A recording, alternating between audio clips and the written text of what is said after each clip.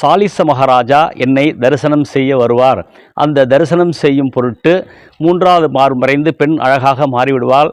அந்த நாகக்கன்னியை அவர் நாகலோகத்திற்கு ராணியாக திருமணம் செய்து கொள்வார் என்றும், அதுபோல இந்த ஆலயத்திலே யார் யார் வழிபாடு செய்கிறார்களோ அவர்களுக்கு திருமண தடை நீக்கம், அதுபோல அதிகமான காலங்கள் குழந்தை பேர் இல்லாமல் மிகவும் மன கஷ்டத்தோடு உள்ளவர்களுக்கு குழந்தை பேறு ஆகிய இந்த வரங்களை எல்லாம் கொடுத்து அவருக்கு அனுக்கிரகம் செய்தார்.